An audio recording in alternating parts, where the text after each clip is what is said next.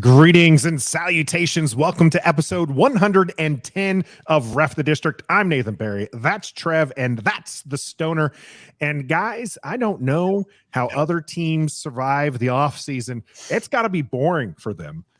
But not here. Not here in DC. We've got plenty to talk about. It's going to be a great show for you. I'm telling you right now, because in the cool down, the least controversial topics to go over, and that's still including Chase Young's medical update. But we got EB's presser. He is fired up, and we are too.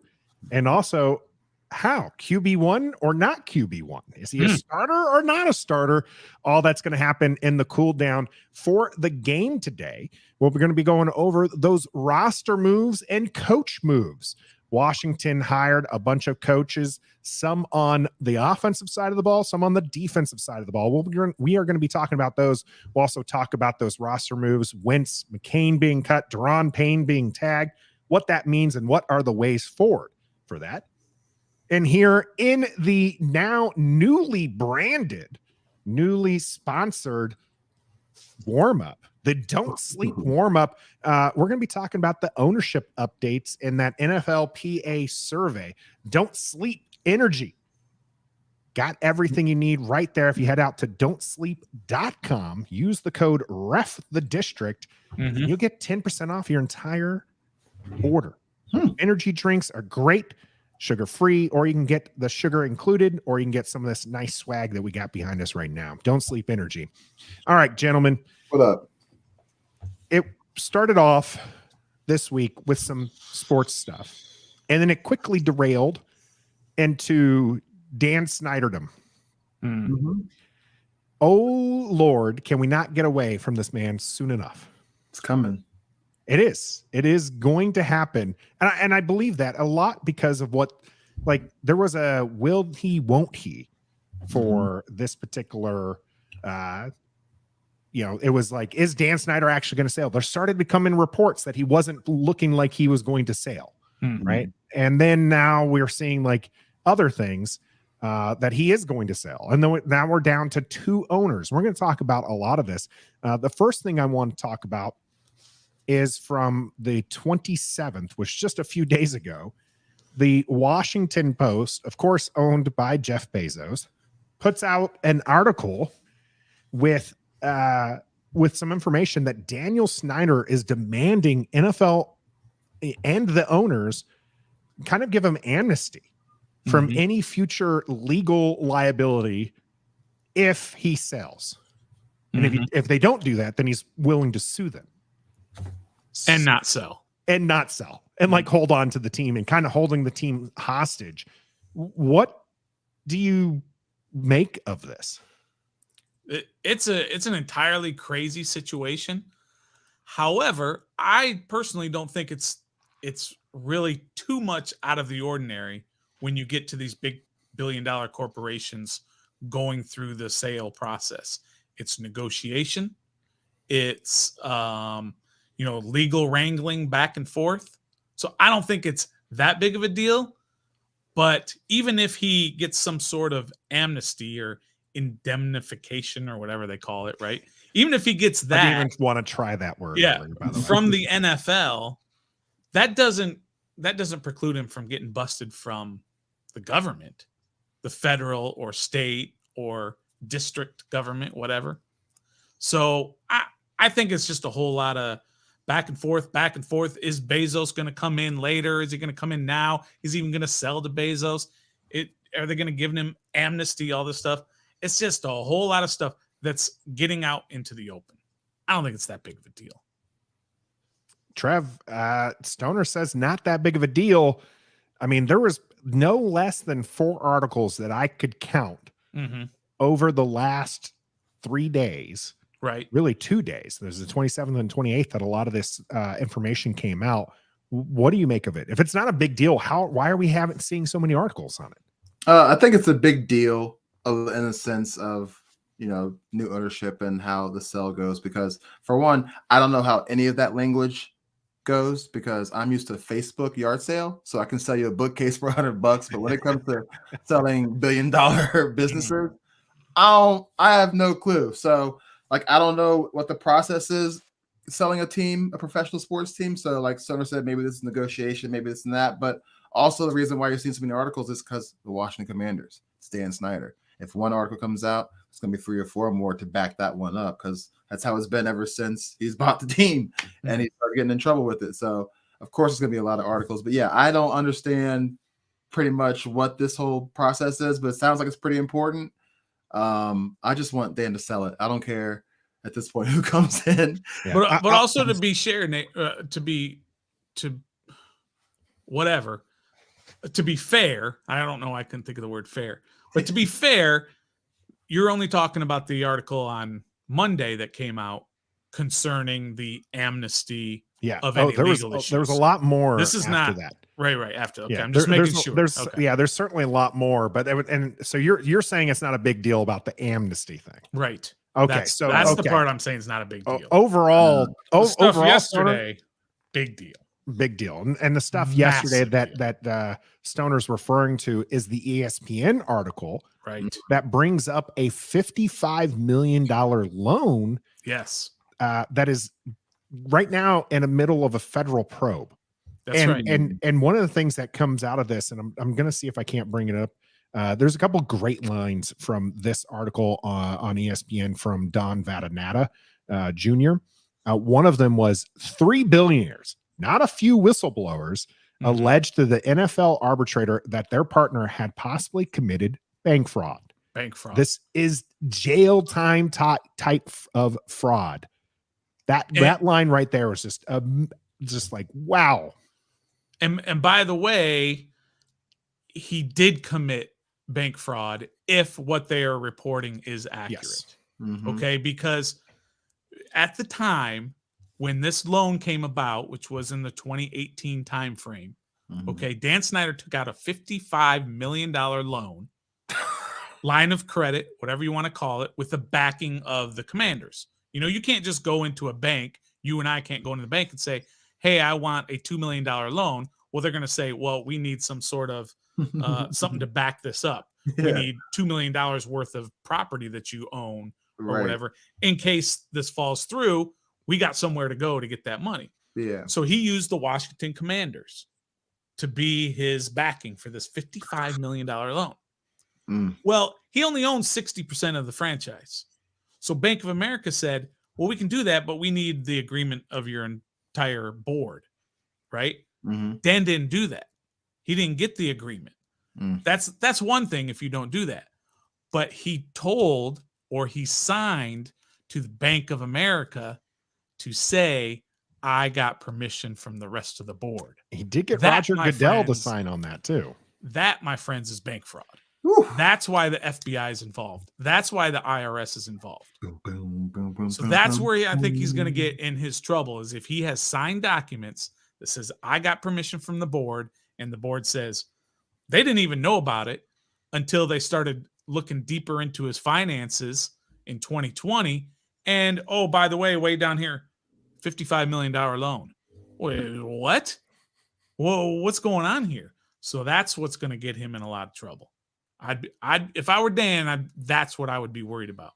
There was the comment. There was like a shared kind of text or email, right, that we saw before, where it was just like, hey, you better listen out. I think it was one of his lawyers and one of his owners, right? The co-owners. I'm sorry that I don't have the information on the top of my head right now, and I didn't bring that part up. Yeah, I think it was one of the 3 minority. One of the 3 owners, right? He was like, you better get this right, because I know the big stuff. Right. And so that was one of those things that kind of came out there. Before I drag Roger Goodell into this, let me bring up some of our great people already in chat here. We got Alcatone, Gus Bus, EP, Uptown Dre. We got Rockman. We got Commandees. We got Allison all in the chat. If you're here, make sure you hit that like button, subscribe to the channel. Of course, they're talking about some people like they're good with Bezos coming in. Gus Bus says, I'm for Bezos because I think he's the only candidate who can bring back RFK. All other owner candidates are scrambling to come up with money just to buy the team, much less build a stadium in DC. And that's actually something our man AJ Perez had talked about in a Twitter space today, was Bezos does have not only the cash, but the political clout to bring Washington back into DC at that RFK site there.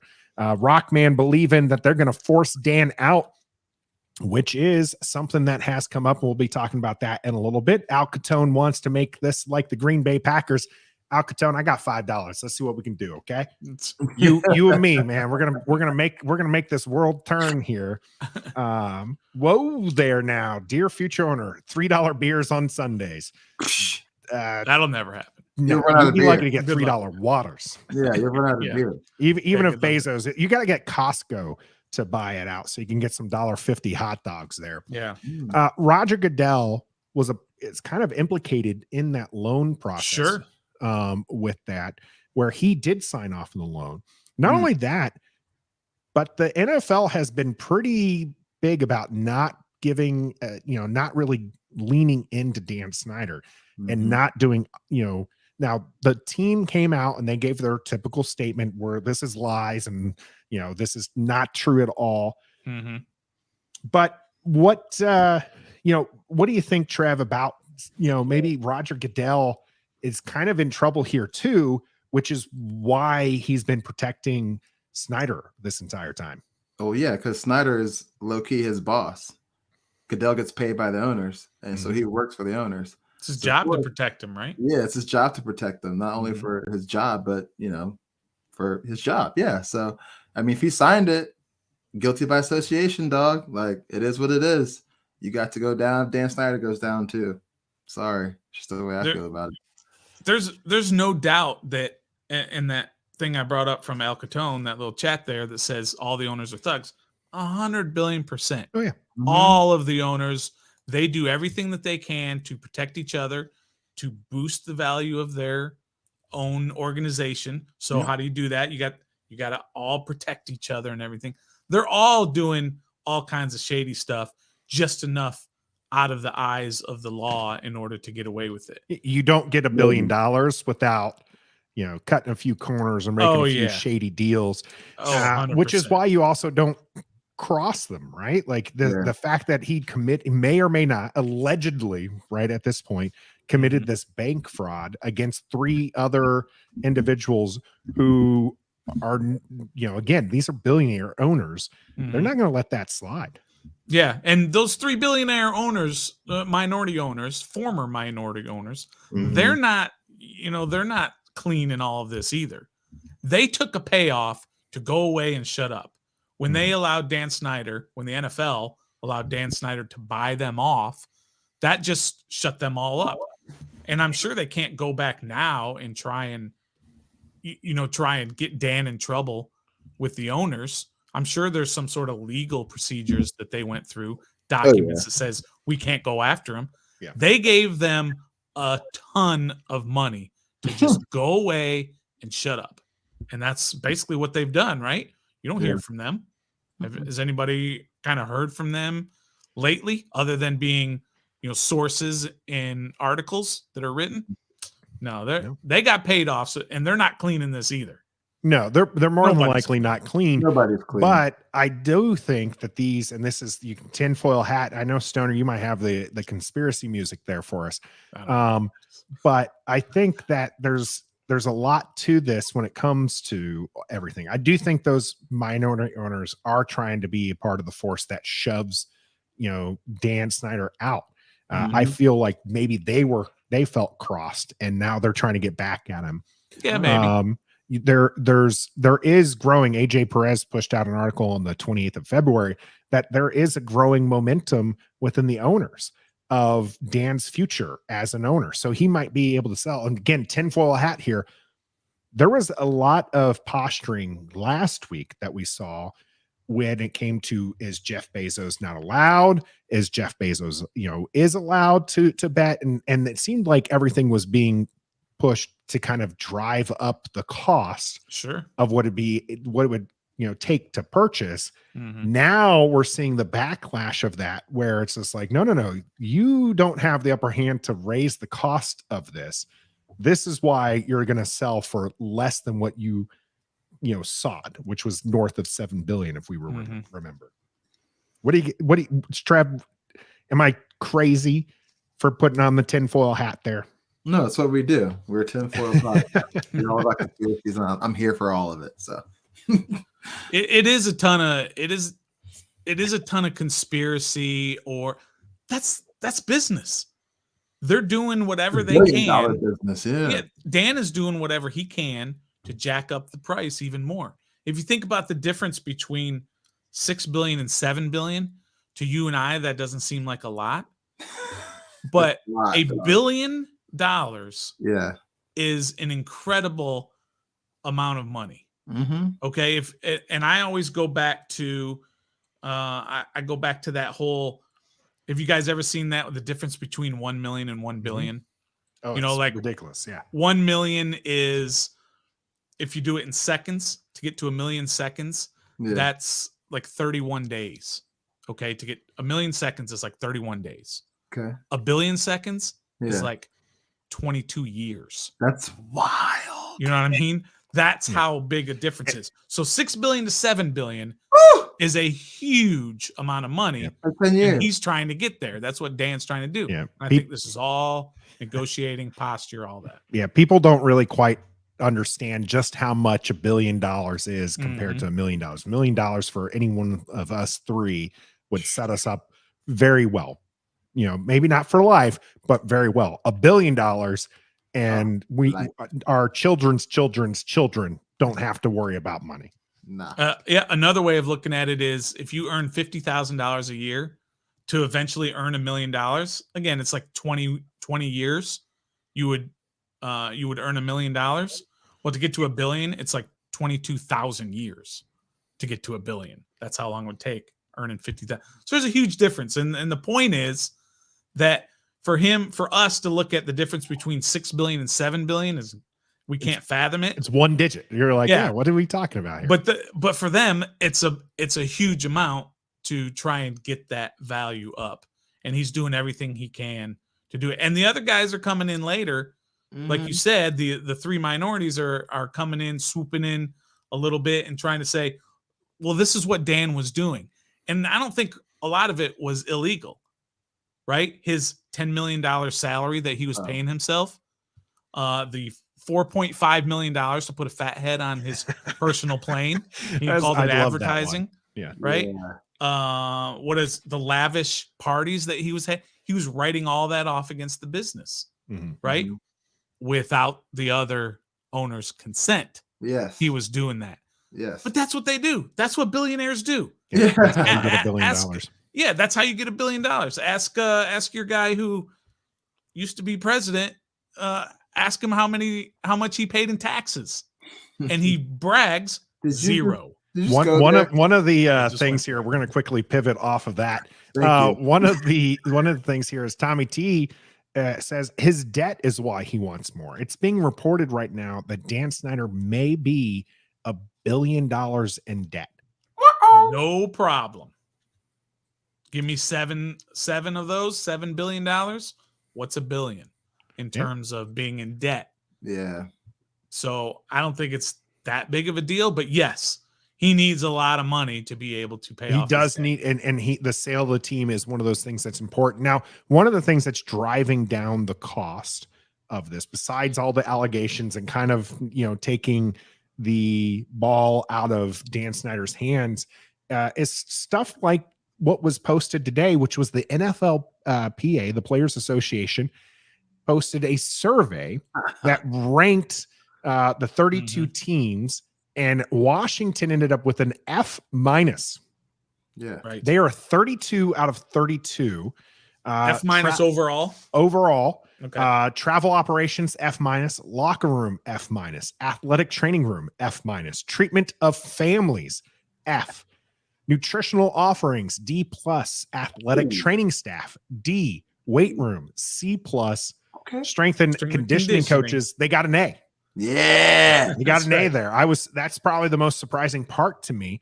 But this is one of the things that when you're looking to purchase the team, and this is honestly, if you remember Harris, right? He came a potential prospect, a potential owner, came in to look at the facilities. And this is something you would do, right? If you're going to buy a home, if you're going to buy a business, if you're going to do something, you want to make sure you look at, what you're getting yourself into.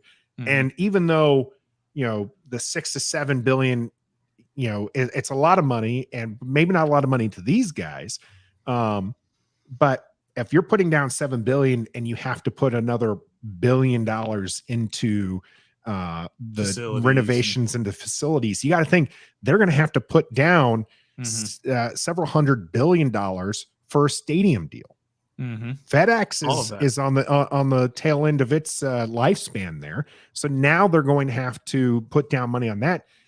I don't think we're going to see this one crack 7 billion. I do think we're going to end up maybe even. I'm going to put my money on this one. We're going to see it less than 6 billion.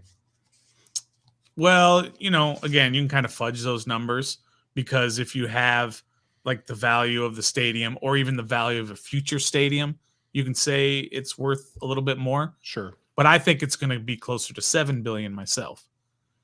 And when you look at these different owners, right, the Josh Harrises of the world, and it's being reported by AJ Perez, who's been on this from the very beginning for years. He really our go-to for when it comes to this content. He has said it's basically come down to Bezos, Josh Harris, or Dan's not selling. Those are the three options. And if I'm looking at it, I want Jeff Bezos, although I don't know how he's going to be necessarily as an owner, but with the kind of resources that he has as one of the world's most wealthy people in the entire world, he has the ability to use his resources to do what? To upgrade those facilities, to upgrade the weight rooms, and of course the stadium. Doesn't matter who's going to be the owner. The stadium they're going to have to do that. But he can do all those things, all those little things that make life as a commander better and get them off of that F- in all those different categories. Bezos can do that. But these other guys, maybe they can't, because like Dan, they might be too leveraged. They might be, I'm all in on the Commanders, and I've got to figure out how to make money, and you're going to start cutting corners like old Danny Boy did. So we'll kind of see how that eventually ends up going. I'd like to see it to be Bezos just because of those resources, but we have no idea. So much negotiating behind the scenes. And by the way, did you look at that list? And overall, would it surprise you, Trev, to see who was number 29 on that list? On what list? On that list of Washington's 32. Who do you think was 29? On the NFLPA's, survey of all those different things, and you add it all together, who's 29? I don't know. Kansas City Chiefs. Oh, wow. Okay. They're way down. Oh, wow. And, they got stuff going on over there, obviously, right? Yeah. Do you hear about it? No. Why? 2 words for you. Patrick Mahomes, right? Yeah, because they're winning, right? So if you win, you don't care about all that other stuff. When you suck, everybody brings it up. And we're sitting here talking about all these little things, and we have to deal with it. And we've sucked, so we got to deal with it. Yep.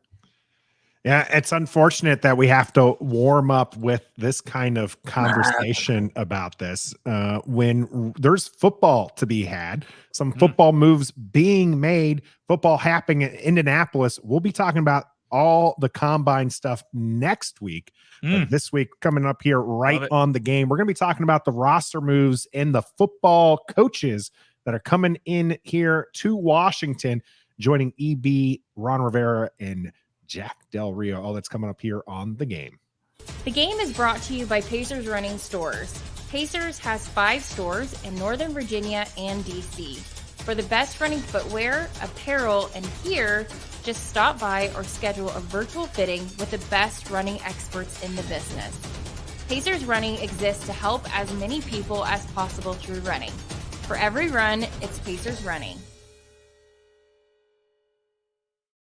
I tell you what, I've never been a fashion guy, but I've been amazed at how many people look at the shoes that Pacers Running set me up with, the Brooks running shoes that I have, and they're like, those are sharp.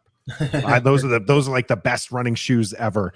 It's just amazing to me. It's happened twice in the last like couple of weeks, and it wouldn't be possible without Pacers Running. Make sure you head out to Pacers Running, their website. They're great people. Get yourself a good fitting there. Let's talk about some of these roster moves. Carson Wentz was finally let go off the team, off the books. This was one we saw coming. Trev, what do you think about the timing of it? Did it feel too late for you? Did it feel like almost like the Bruce Allen years where we're waiting until the last minute? Or do you feel like this was still early enough in the process? It's still early enough in the process. First and foremost, I think the first move that was made for a roster that happened at 4:00 in the morning when I got up to use the bathroom and happened to look was the Daron Payne situation. We'll get to that soon, but that was the most important decision to make. And then, I mean, we'll have to be done by March 7th, I guess, or something like that. So today's March 1st. They did it right before March 1st happened. I don't care how long it took, as long as they happened, I guess. So we got a lot more money to spend on other needs. So sucks. I thought he was going to be great. I was optimistic about it when we got him. Then he broke his finger. Started that winning streak, though. He did start it.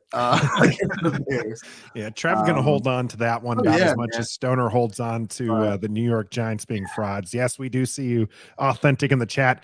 Make sure you head out to Authentic in the Beard. Great group. Great content out there. What up? What's good? Thanks for joining us tonight.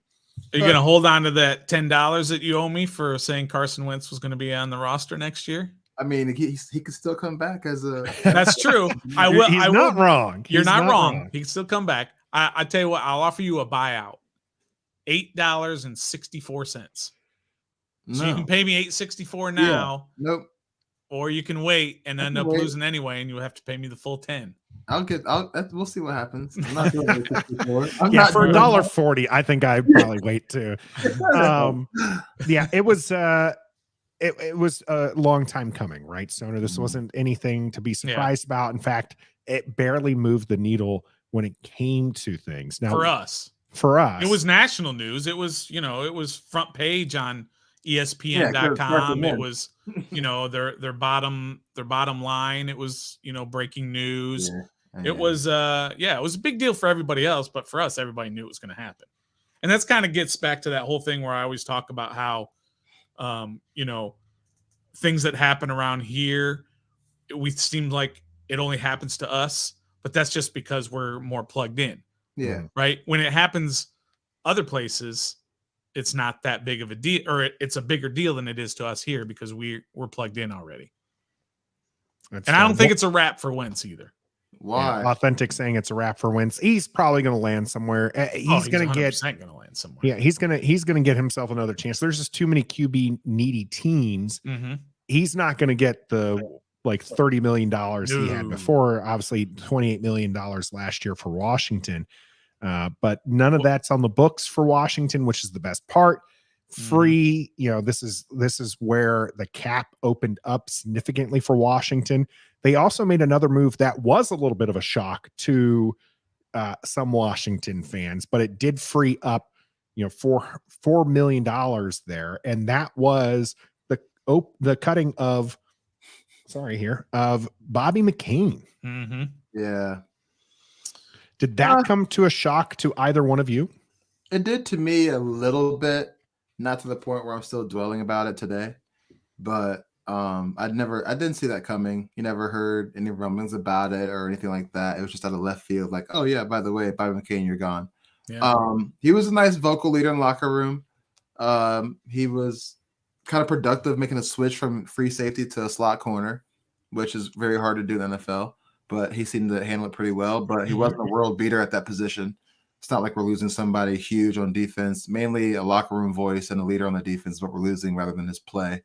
I think he had a better year last year than he did the year before last in this past season. So it is what it is. He's kind of low-key a Jag, too, if you think about it. I mean, he had good seasons in Miami. That's why we got him here. And now he's going to his third team, maybe fourth team. So.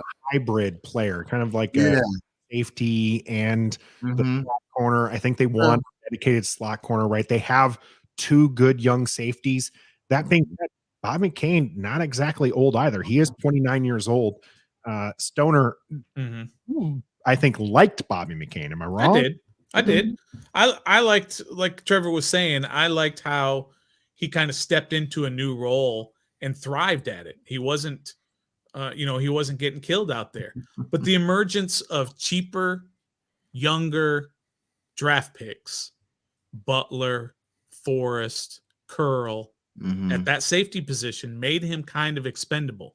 Now, I think they still do have a hole there, right? With the slot corner / safety. They need another slot corner. They do need to address that, but maybe it does come from in-house. Maybe it is something that, a Butler who kind of emerged towards the end of the year, maybe he slides into something like that.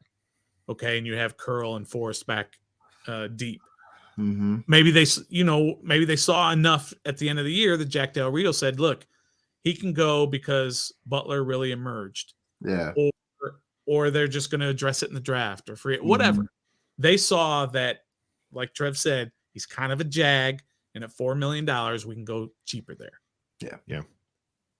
That's fair. $4 million can go a long way. Of course, it's not going the way of realistically Eifler, Wild Goose, Nathan Gary, Mayo. These are all kind of the names that they've kind of signed to these 1-year contracts. Any one of these names surprise you, gentlemen? All of them. They're all 1-year deals. Jonathan Williams is there as well. I didn't drop his name. But good. But like the way that they reported it, we just know that it's nothing really going to hurt our pockets in the long run to go get some guys that we want. So it's like they're signing their depth guys now and getting them out of the way, so we don't have to worry about, who are we going to have for depth now that we got Tremaine Edmonds at linebacker, but who's going to back him up now? So right, you have that. We have that already because these are probably like $1 million, like up to $1 million or a little over $1 million contracts. That's what I'm thinking, like barely $1 million. Sure, and they're not even guaranteed to be on the roster, right? A lot of these are camp bodies that you're pulling in. Now, maybe that $4 million opening is for our first Skybar super chat here, as we're going to be branding it from EP. $9.99 in the super chat. We appreciate you, EP. What this means. The Hive is still alive. Nah, take that back. You can keep your money. You can keep your money on that one, EP. Can you reverse it after you've already said it? Yeah, but you can. We appreciate EP with the Skybar super chat there. Just note that if we get to $50 on any of our streams during the stream for a super chat, you can go to Skybar and get yourself a free appetizer. You just have to mention Ref the District Skybar super chat if we get to $50. So we appreciate EP doing a big gain there for our fans in the Lexington area there. Now, one of those, I'm joking about the Hive. I just wanted to get the super chat in there. We'll talk a little bit about the QB1 situation later. Now, one of those things, this $4 million, we were talking about billions earlier, $4 million does open up is Daron Payne was tagged by Washington, and that's going to be a projected $18.9 million. Obviously, getting rid of Carson Wentz. Now you're opening up another $4 million here with Bobby McCain. How much, if not just the 18 million, do we expect to go to Daron Payne, Trev? All of it. I'm saying all the opening? All the money that we just opened up. Washington has significant cap space now. I mean, a lot of it will go of it, but not all of it. But the majority should go because we already spent money extending Terry last year. That was good. I know somebody questioned Curtis Samuel, and that was shut down at the combine today by Marty Mayhew. So we'll see how much that's going to cost. But I think the most expensive price tag for this offseason for us was Daron Payne. So I think a lot of that, if not maybe half of that, should go to him since we tagged him for $18 million. So, and they can still obviously sign him to a long-term deal for sure, right? And they can backload it. They can do all that they would normally do in terms of, making the cap number not so bad here early on, right? So maybe it's only a $12 million cap hit this year. Right. Down the road, it might be a little bit more. But for now, anyway, it's not so bad. And then they can restructure other guys as well. Me, I'm you guys know this. Yep. I'm under the impression that they're going to eventually trade him. Oof. Because they don't want to pay 2 defensive tackles a total of $40 million a year against your cap, whatever it is that Payne and Allen would get. Especially you still got Sweat next year, and you got Young the year after, or maybe next year if they don't do the 5th-year tag. So you got a lot of money invested in just those couple areas. I'd like to see him trade Daron Payne, or if you give him that long-term deal, you really got to backload it so those numbers aren't hurting your cap these next couple of years. One of the things we've been seeing a lot lately, at least I don't think I ever really saw it until like the last 2 or 3 years, are these void years that they've been putting into contracts later to kind of minimize the actual cap hits. Trev, long-term deal for Daron Payne, trade. Where's Washington going to go with this tag, or does even Daron Payne even sign it? Yeah. That's a lot. He might not sign it because he probably thinks he's worth more than what the tag is worth. I don't know what the defensive tackle market is yet because we haven't seen anybody sign an extension or an agreement to that extent right now. So or get cut. I mean, it's still early in the game. Free agency is 2 weeks from today, so that's probably going to happen very, very soon. I the can't next wait week. for free agency. Yeah. Some people are already getting released. We saw Leonard Fournette get released, but on Kenny Galladay is going to be released too. So it's starting, but it's very slow. I don't know, man. I feel like we need money in position somewhere else on the defense. I feel that our defensive line is serviceable enough to go ahead and, like Stoner says, trade him or offer him some money if he wants more. Except anyway, it'll be fine because we need help everywhere else rather than the defensive line. So that's just tough because he's performing really well, and you would love to keep him and Jonathan Allen together forever. Absolutely. You would love that. But at the same time, it's more than 2 people on defense to get to the Super Bowl. Yeah. And we've seen that you can get there without having a stout defensive line, Chiefs. So this is a really hard one. This is a hard one. I agree. Real hard. Yeah. I mean, throughout the season, we were certainly on team Payne the man, right? And only recently really switched over to it's just too much in your interior defensive. No, I was always I didn't want to sign him. You did. I didn't want to sign him. Just not because of his talents. Right. He's an unbelievable talent. But just because of the cost and because of the cost of the other guys around him. Mm-hmm. I mean, if you drafted a guy in the 2nd round last year, right? You picked up a couple of guys off the scrap heap who turned out to be pretty good. Now everyone's coming off of injuries and blah, blah, blah. You can totally say, these bad points that oppose my good points or whatever. I get it. I just think it's probably best that you either trade him for some other, you might get a linebacker or something. Yeah, you might get an offensive lineman. You might get Justin Fields. I don't know. Right. But I think that they should trade him. I think so too. I mean, we kind of can fit the mold of the Los Angeles Rams. I'm not saying Jonathan Allen is Aaron Donald, but we've got our guy. We've got our Aaron Donald on the squad on the defensive line. You saw what they did with only him pretty much. They went to the Super Bowl and won it. So as long as we got our stout guy that we can build the line around, I think we'll be okay. Stop being greedy and having 2. But I don't know. Yeah. I mean, there's some obvious value to be had there, as Kevin, the PRF, points out. Until we have to pay a quarterback, we can afford paying all 4 linemen and upgrade 3 other needs. Well, wouldn't you rather that's go where Washington's at right now? They've got a 5th round rookie that they're going to try out. Again, more on that in a little bit.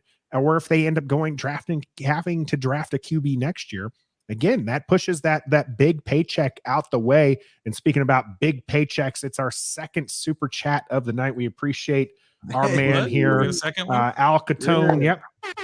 Whoa, with $20. We appreciate that, Al Catone. We're up to $29.99 now. Again, if we get to $50, you can head to Lexington, Virginia. Hit up Skybar, mention the Skybar super chat, and you get yourself a free appetizer. Trev will hook you up while he's there. Appreciate you, Al Catone, for the super sticker there. $20. Going to give it to you again. Appreciate that. Appreciate you, Al. Yeah, man. Now, so I kind of agree with Kevin there when we're talking about that. This is something that you could potentially spend, and maybe it's not to a long-term deal. Maybe you talk with him and he's willing to play another year, and he's to prove that he can do this, because this was his first year with double-digit sacks. This is his first year as in a Pro Bowl. And so let's see if he can repeat it. Now, obviously, that's going to be a lot on Daron Payne. If he feels he's done enough, then he's not going to want to risk not being signed to a long-term deal, risk injury and everything. Him and Jonathan Allen are a very good front for Washington, especially because they're the ones getting pressure and not our defensive ends. And so maybe a repeat season would be exactly what the doctor ordered. I'd love to see them take that money and put it on the offensive line. Oh, okay. Like Kevin was saying, that you are not paying for a quarterback, presuming that they don't go out and get a quarterback. But I would take that money of not paying a quarterback and not paying 2 defensive linemen, 2 defensive tackles, and put all of that towards your offensive line. Wouldn't you like to see them bring in a guy who was a top 3 free agent, a tackle or a guard or whatever, bring that guy in for $20 million a year because he's an all-pro and because he's graded at high position, i.e. the William Jackson play. It didn't work out, but they went after the number 1 cornerback and got him. Mm-hmm. Then they went after the number 1 receiver and ended up with number 2 receiver in Curtis Samuel. And that one has kind of worked out so far. Mm-hmm. I want to see them do that with the offensive line. I want to see them go out and get a big-time offensive lineman for that $20 million that you're paying. Orlando Brown, right? Absolutely. Any of those guys that the guy from the Giants, or the 49ers. I was thinking San Francisco Giants. The 49ers. Trent Williams coming back home? No, the McGlinchey dude, right? Or McClinchy. Yeah, I'm sorry. I would. That's where I want my money focused this offseason. If you're not going to go out and get me Aaron Rodgers or whatever, a big time quarterback, and you're going to go with Sam Howell, then just like last year when I said surround Carson with talent, you need to surround Sam with offensive line. Even more important to surround him, because this is going to be his first full year there. Yeah, I think that makes sense. Now, one of the things Ant-Man had brought up was, I heard the tag was non-exclusive, so he could negotiate with another team. Yep, and we could get compensated. Yep. Ask yourself though, to do that, if you do the non-exclusive and another team comes in and says, "Hey, Daron, we want to give you 4 years, $80 million or whatever," just to put a number on it, right? Mm-hmm. And Payne says, "Okay." Well, the Commanders would do that, let him go in an instant. Yeah. Because that team then has to give us 2, not 1, 2 first-round draft picks. Is Daron Payne worth to the other team 2 first-round draft picks plus the long-term deal that they're going to get? It ain't happening. Yeah, maybe a first and a second or 2 seconds, but yeah, but that's the compensation for signing an offer sheet on a tagged player, on a non-exclusive tagged player. So nobody's going to do that. So don't worry about that. And more than likely, if a team wants him, they'll negotiate the long-term contract after agreeing to a trade with Washington, and that's kind of where Gus Bus is coming here. You can negotiate lesser compensation. Yeah, and you can negotiate lesser draft picks too. And so it's not 2 first. And that's probably that's honestly where, if he's not playing for Washington and he's not sitting out a year, that's how this is going to end up. Washington's going to find a trade partner, going to send him over there, and then he's going to sign a long-term deal with that team. Yeah. What would Washington get in return for that, Trev? 2 seconds or a second and a 2 third. seconds. Yeah, he's great, but this is first. How many years has he been in the league? Well, this will be year 5 or 6. That's true. Okay, this will be coming into year 6. Yeah, first Pro Bowl, double-digit sack year, great year, but it's his first one. He was pretty much playing complimentary his whole career until this past year. 2 seconds, a second and a third, but I wouldn't do a first at all. I wouldn't group any kind of first round pick in that trade at all. Yeah, he's probably second and a third. If you got a second and a third for Daron Payne, you'd be ecstatic. Yeah, hell yeah. If you're the 162 Commanders. tackles, 26 sacks in Even the though I don't 5 care about years he's draft played. picks, but- yeah, Trev's the one that don't care about draft picks. But yeah, I mean, you get yeah. a second and third. Imagine just to say it's this next year, right? Yeah. And you're gonna get a third for Sheriff, right? For the compensatory pick, right? Mhm. So you're gonna have Which is really replacing the third that you used for Wentz. yeah. So you're gonna have a first, 2 seconds, a third. You know, you're gonna have a lot of picks in the top 100 to be Yeah. able to top 100, rebuild. top 200. So Yeah. that's really gonna happen, and that's where you go get more offensive line. You get your Bobby McCain replacement, right? You get a linebacker, right? Man, those picks are everything, and you've got to figure out how to do it when you're trying to figure out this roster. Those guys get paid millions of dollars to do, so hopefully they make the right decisions. But you can always spin it, right? They can always spin it, and I'll be sold on it. You know, if they send them out for a 4th rounder or something, and I'll be pissed at first, and then they'll figure out a way to sell it to me, and I'll buy it. Kind of like with Mathis in the 2nd round and Robinson in the 3rd round. We'll Hated it, always but they spun always it. find a way to convince ourselves right. it was the right move Love in the them. end. One of the things that speaking of making the right move in the end, there's a lot of people in our comment section talking about Jalen Carter. Now, Jalen Carter is in the In news for trouble. some very not good reasons right Trouble. now.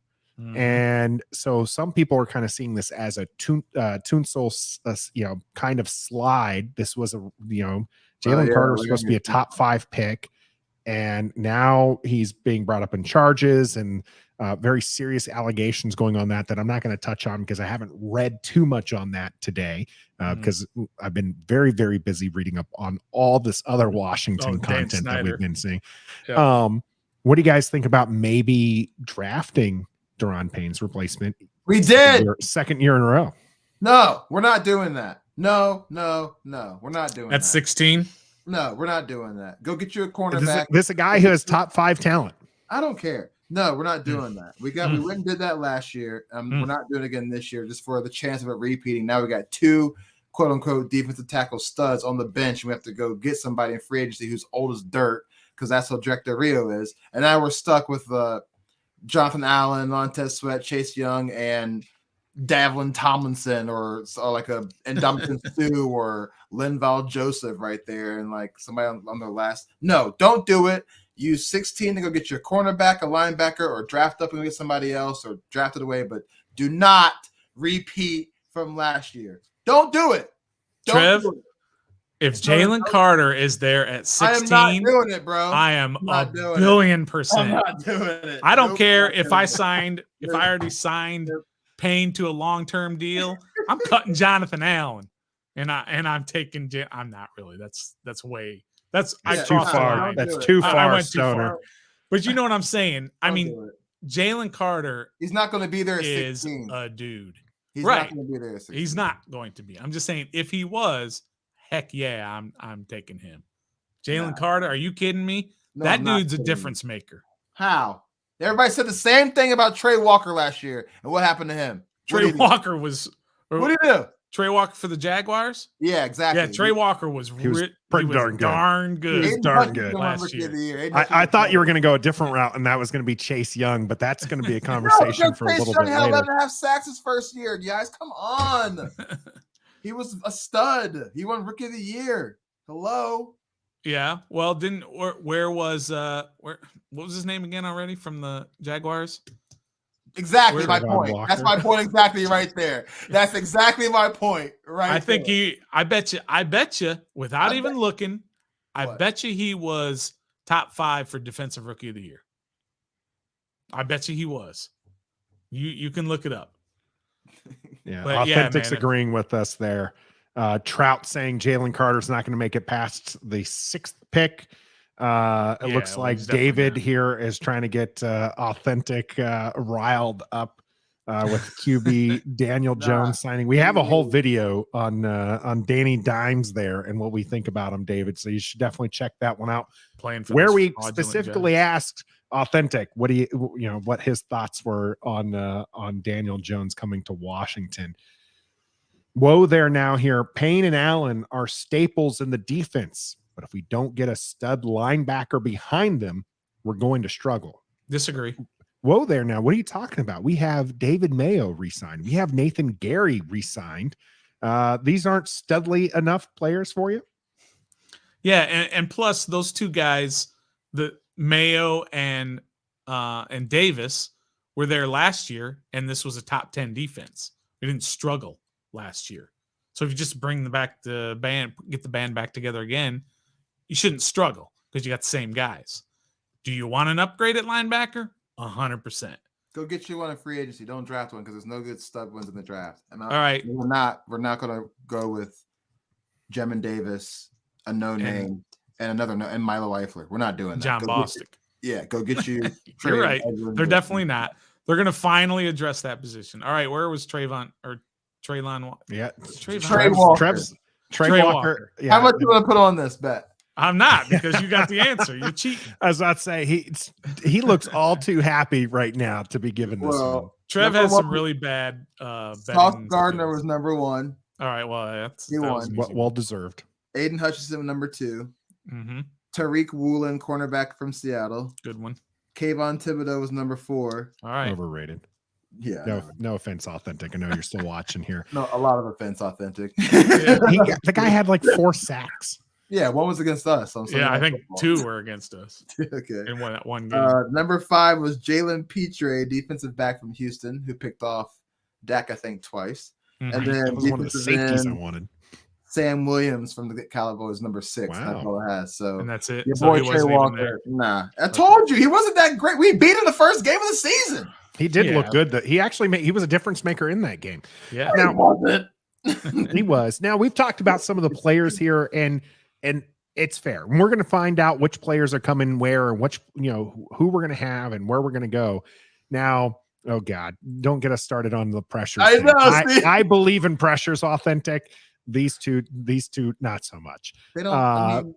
So moving aside from the Thibodeau talk, because we're not a Giants podcast, let's get to the guys that are going to be coaching them as Washington made several changes to their staff. Ken Zampese staying on, but going to be the senior offensive advisor, game management. Instead, for QB's coach, they went to Stanford and got Tavita Pritchard. Brent Wieselmeyer is going to be the new defensive back coach after Chris Harris has left. Richard Rogers, senior defensive assistant and safeties coach, and Christian Garcia, assistant defensive backs and nickel coach. Still some holes to be made here, or changes to be made, especially on the offensive side, as the only two the names there were the Tavita Pritchard and Ken Zampese. What are you guys thinking about some of these hires? Well, Pritchard from Stanford, never coached NFL, young guy. I read it today. He averaged over 400 yards on offense at Stanford. He coached Bryce Love. Remember, he was so good at Stanford, and then we drafted him. And where is he now? He got injured, of course, which is a shame because he was a stud at Stanford. I was happy about that. Davis Mills, who is on the way up a little bit in Houston after a rough rookie year. What's his name? That Hogan quarterback on his last year, he coached him too, and some other guys that really haven't done much NFL, but they are in NFL. So, as long as it is what it is. I really don't know what a quarterback coach does, but if my guess, it's just to work on footwork, mechanics, all that stuff. And as long as he's doing that, and EB is still calling plays to put Sam, letting Sam use those tools he's learning from Pritchard and put in the best game plan. That's all that matters to me. As long as he has no input on the play calling, it's whatever. Zampese, he was quarterback coach. To give him a little bit for the doubt, he had to work with how many quarterbacks in the past few years. So we really don't know if he was a good quarterbacks coach or not because we went through so many. But since promoting him up, I guess he was obviously good because we kept him on staff, just at a different role. I don't know what game managing his role is. I think the most important thing for Zampese staying on is it gives Sam Howell continuity there. Okay, yeah. Now, even if he's not directly the QB coach, there's still somebody on this offensive staff who knows Sam Howell, what he does, his limitations, because you're probably not going to get that from Ron Rivera. Right. And there's nobody really else on the offensive staff outside of Ken Zampese that's left after Scott Turner's been let go that could, give those kind of answers to Eric Bieniemy. That's kind of like how I feel with the other hires too. Garcia was a quality coach, defensive backs. Now he's like with them, so it's still the same. Yeah. And the other people you mentioned too, they've all been in the same room as before. They just have a different role in the same room. So that's continuity there. So far, so good, I guess. Change of scenery is always good, right? I'm interested in this Pritchard dude. Yeah. Okay, this Tavita Pritchard, who's never coached in the NFL, right? Yeah. Mm-hmm. What is he now? He's QB coach? He's Yeah. a QB. Right? This is his first season in the NFL. He's had a variety of roles within Stanford, to include actually playing quarterback for them in 2006 through 2009. So he has that QB background to be able to kind of make this jump from learning coaching in the college ranks to taking that skill set that he knows and taking what he's learned as a coach and bringing it to the NFL. So there's still some kind of neat things in there. And as Trev mentioned, on the younger side. So still a lot of room to grow. So what about this tinfoil theory here, right? Okay. There is the kid coming out of Stanford this year. Tanner McKee? Is that his name? McKee. Right? Yeah, McKee. Big kid. 6'6", not mobile though. No, He's a he's a 6'6", like 230, something like that. He's a big quarterback. I Tanner believe McKee, he's yeah. ranked like the 5th. Yeah, he's the in 5th this quarterback ranked right now, looking like Okay. he might be in the second, third round. Uh-oh. Put your tinfoil hat on. I think I know where you're going with this, Stoner, I'm right just here. saying, right? I'm just saying that maybe they really like this guy, and so they want to bring in his QB coach to work with him. Maybe not for the guy being the guy. Maybe he's the third guy for a year or two or whatever. And Tavita Pritchard came in and said, "Hey, EB, my guy from Stanford, you're gonna wanna. It's a package deal. If I'm coming, I'm bringing the quarterback with me." I mean, to piggyback on that, Davis Mills, just a little stats on him and his last year at Stanford. He finished honorable mention all Pac-12, 129 out of 195 for 1,500 yards, 10 total touchdowns, 7 passing, 3 rushing, and he had 301 yards passing yards per game, was the second best in the whole conference. So, and then he was a 3rd-round draft pick. So maybe the tinfoil thing might. And that was Pritchard. Yeah, that was Pritchard. That was Davis Mills' numbers. Yeah, from his last year at Stanford. Yeah, Pritchard was coaching him. Okay. So maybe a tinfoil hat. Important note here, and Pritchard isn't going to be the offensive coordinator for Washington. His stats as an offensive coordinator are poopy. Oh, really? So, yeah, they're not great. They're one of the worst offenses this last year. Stanford might be happy to be getting rid of him. He was that bad. But he's a QB coach for Washington. He gets a chance to learn. So I want to make sure people kind of disassociate that kind of bad stats there. But he did have some success in the other positions that he had, and a lot of players from Stanford have been drafted. Right? You had Arcega Whiteside, you had Bryce Love, Caden Smith, Kobe Parkinson, Walter Little was an offensive tackle. That went to Jacksonville. Davis Mills, as you mentioned, in the 3rd round to Houston. I really wanted him in the 4th round. Don't think he's going to be, a starter in this league at this point, but still has that pedigree. And like you mentioned, McKee, he's a big dude, 6'6", 22 years of age, same as Sam Howell. So maybe that is where they want to go. The only reason why, Stoner, I'm not going to buy into that theory is because he is not a mobile quarterback. And I do believe they want somebody with a little bit more mobility than what McKee can bring. Yeah. Yeah, you're probably right. I just wanted to throw in a little McKee knowledge out there because, the 5th quarterback in this draft, like you said, it could be a 2nd or 3rd rounder. This kid may have something. We'll have to see. I don't know. He's a big dude, though. Do you think, while we're on the QB talk, and we'll transition to more QB talk later, but do you think Washington spends a draft pick in the first 5 rounds on a QB? No. In the first 5 rounds? No. Whew, I think they might. I think they might. They could actually. They might. They I, might. th- I Oh, think Trev was convinced real quick there. but I'm they going I'm not talking about 1, 2, 3.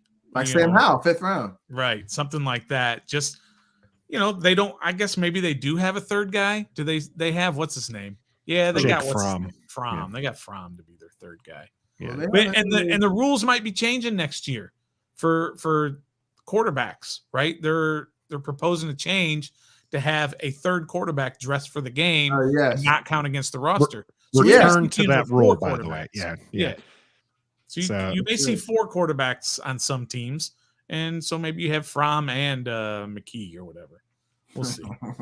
Yeah, it's going to be interesting to see where they go with a QB, especially with Ron's comments. A lot of people misconstruing what he said earlier in the week or late last week when a lot of people just assumed Sam Howell was going to be the starter. No, that's not what he said, and we're going to be breaking that down here in the cool down. Stick with us. The Cool Down is brought to you by Manscaped. Ever since my Nathan started using their products, I can't cool down. Fellas, trust me. Go to Manscaped right now and get 20% off and free shipping by using the code REF. Your ladies will appreciate you.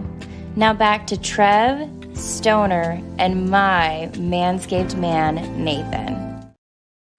Manscaped.com. Make sure you head out there, use the code REF, and get yourself 20% off and free shipping right there at manscaped.com. They even got some nice beard trimmers there for you, for those of us who can grow beards. You know, I think Stoner might need to clean his up a little bit. Same with Trev. So you get that beard trimmer out there at manscaped.com. QB1 talk. Yes. Ron Rivera, his comments a little bit misconstrued when he says that Sam Howell's going to be QB1. Now, he did kind of quantify this, I suppose, mentioning that it's kind of for the offseason, or he's going to go into the offseason as QB1. As I can already sense the frustration from some fans, Trev. What do you make of Ron Rivera's comments on, just recently there in Indianapolis as he's preparing for the combine, where he says Sam Howell's not the starter? He's not. He started the last game of the season only because Taylor Heineke was like, yeah, he can have it. He's QB1 for training camp, OTAs only as of right now. For today. Yeah, as of right now. As of right now, that's what the QB1 means. He's going to go into OTAs. He's going to go into workout. Like, he's taking first team reps at practice. First, because he's all we have left from last year. You're not going to do Jake Fromm like that just because he was on the squad. Sam Howell literally was quarterback 2, essentially at the end of the season. He got to start. He's already, so like that last start and win has earned him the right to be a QB1 going into OTAs and training camp, not to be the starter, because they could bring in a veteran and they could duke it out, and Sam's not quite ready. We're going to go with a veteran. So QB1 is for strictly off-season talk, OTAs, and maybe even training camp. We'll see. They're desperate. Desperate for Sam Howell to be the guy. Yes. But they are not convinced he's the guy. And also, you don't want to let the people know in March who your starting quarterback is before free agency even starts. You just don't. It's just bad PR. You just don't do that. You don't make a declaration, but you don't count your chickens before they ask. And like Trout said there in that chat that you put up there, is that you don't want Sam to just go into camp thinking he's the guy. Right. I can relax now. Instead, you want that competition. You want that guy to go into camp and like, I'm going to fight for this job. Not, it's my job. Let's just chill out and free to make mistakes and all that. Yeah. No. The beach again. Trout's comment for our audio listeners. I agree with Rivera. Don't let Howell be comfortable and kick back and relax, and let him know he is going to have to earn the job if he really wants it. And I think that's fair. I think that there's merits to both sides of this particular argument, right? You want QB competition because iron sharpens iron. Got it. Not a problem with that. Also not a problem to back the guy and give him the support and give him everything you have, so you're not dividing your attention between this guy and that guy. You're devoting your resources and time to make this person the better QB. Yeah. So there's merits to both sides there. And I don't think that there's a problem with, and as Rockman said there, fellas, it's lying season. You can't believe everything he says. And Rockman will tell you here on Ref the District, we know it's coach speak. We don't put any real, money into what Ron's saying, because he's just saying what he needs to say to get out of that conversation with the reporter. And also, he will say what he means to say behind the scenes. Yes, Trev. This is also could be beneficial for Sam. Sam hears this. He's like, okay, if I'm gonna be the starter, maybe I should call up these dudes right now. We go have some throwing sessions. That's right. And they call up the offensive line and go work out some schemes. And they call the running backs and get some catches out the backfield. Let's go out to dinner. Let's take a trip and throw some and get to know each other as a unit. That's what Ron's probably get those doing. McNuggets ready. Yeah. Yes, that's what counts. They know what he can do on the field for the most part, but what can you do outside of the locker room to show that you want to be QB1? You gotta take it and run with it. So it starts now. So maybe this is beneficial for Sam. It's like somebody said, and I'm stealing it. I can't remember who said it, but it gets said all the time, right? Don't listen to what they're saying. Watch what they're doing. Okay. You can say Sam Howell is QB1, but next thing you know, you're going to turn around, and if you see Justin Fields walking into the building, right, then you know what's going on. That's what they did. They said, or they didn't say, they went out and got Justin Fields. Yep. Even though they sat there and told you the whole time that Sam Howell is going to be their guy going into camp. Just like last year. I was about to say, yeah, this is something that we talked about with them last year, right? They played their hand by saying how desperate they were for a QB, and they're calling everybody up, and they probably overpaid for Carson Wentz. Yeah. I don't think a lot of other teams were calling up Indianapolis and willing to give, as much as what Washington was. Obviously there wasn't, because that's the deal that ended up being the one that landed. Yeah. But Washington showed you, the team, Ron Rivera, the Martys, they were like, yeah, we need a QB. We need a QB. And they're calling up everybody, and they landed with Indianapolis, and Indianapolis was like, yeah, we'd love to give you Carson Wentz. What are you willing to give us? Because you're so desperate. And they gave up 2/3, the potential of a second, by the way. And thankfully that didn't pan out. Now they're being a little bit more coy. So now at the 16th pick, you have maybe a Levis who's dropped a little bit, but still kind of high on some people's boards. Now you can potentially trade that back, because people are like, are they going to go for a QB? And now it opens up your options. I do think they're going to stick with Sam Howell as QB1 going into OTAs. Oh yeah. He deserves it. I don't, but okay. I do. I think that the veteran that they're going to go look for, honestly, is someone who can back Sam Howell up in case something happens. I don't think necessarily they're going to bring in someone that can really have a really legit shot in beating out Sam Howell to be the starting quarterback. Yeah. So I think that they will go with Sam Howell as QB1 OT. I mean, they kind of have to. He earned that right, at least. He earned the right to battle for it, to compete for it. Take first team reps first on the, and then have, but you're right. We'll see. This is yeah, and I don't mind what you guys were talking about. I don't mind if Ron Rivera is lying to me. Right. I don't mind that if it's going to benefit the team down the road. Like you said, if he's lying to me and he says Sam Howell is our guy, or at least, heading into camp, he's our QB1 and we're going to give him every opportunity, and then the next day turn around and trade for Justin Fields, I got no problem with that lie, because that lie could possibly have given him that opening to go get Justin Fields, because, as Nathan was saying, this time they're not showing their desperation like they did with Wentz. So I don't have any problem with them lying. They can lie to me all day long. They already have about roster moves and all that. They already have. That's part of the job. What they say 2-1, run the ball, pass. Yeah. Even get up there. What do you say? We're gonna do whatever the hell it takes to win the ball game. Yeah. So they've already started lying. Yeah, because when they saw their roster, they said we're gonna have to run the ball 2-1 times or whatever. And then all of a sudden they had the opportunity to get Eric Bieiemy as their offensive coordinator. Then they're like, Yeah, that 2-1. That's the. I don't know what we were talking. We about. never said that. We never said that You at all. misinterpreted it. Starface here. Thanks for joining us. Is asking you, Stoner, Mhm. what quarterback could we potentially get that you would take over Sam Howell? In the draft, are we talking about? Period. Like what? Who? Like we have a whole QB one. Press your luck, and Stoner's roster is out there. Mhm. We just finished up Aaron Rodgers. You can check that one out. He came out of the darkness, and we said we got to replace Tom Brady. He's retired. Let's see what we got here.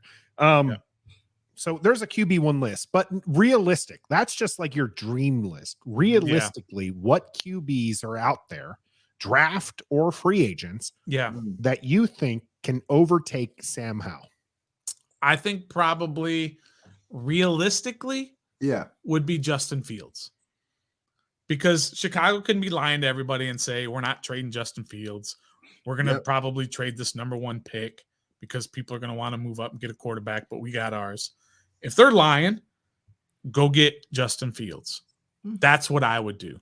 Lamar Jackson, probably. I mean, I would do that. I don't know how realistic that is just because of the money and just because they want him up there. They can tag him. They have a lot of control up in Baltimore. But Justin Fields, realistically, what if we can get him, however, Daron Payne, Chase Young, 2 first-round draft picks for Justin Fields. Hold on. And then they have the number 1 overall pick, and they can take Bryce Young and do what they got to do. I don't think it's going to require 2. Hold on. Yeah, come on. Slow down, man. For Justin Fields? What you know what I'm saying. Yeah. Whatever it takes.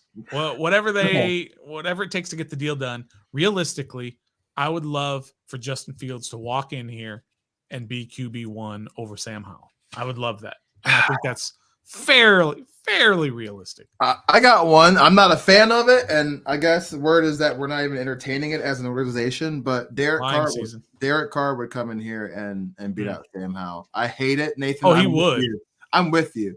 I don't want him. I don't think he's that great of a quarterback, but he would come out and beat out Sam Howell. Lamar 100% Jackson, he would. Aaron Rodgers, if he decided to come here and play with Eric Bieiemy, I don't know why, but they said the Commanders on ESPN a few days about Aaron Rodgers, which is kind of weird to hear. So that's up in the air. Justin Fields.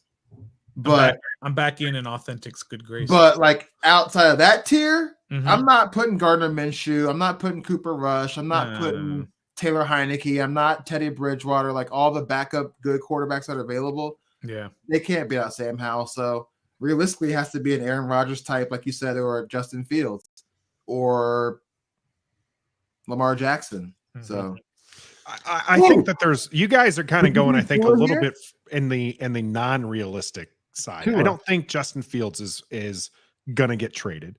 And Stone or Authentic disagrees with me, saying it absolutely would take 2 first-rounders to get him. I think, it probably is accurate. 2 first-rounders.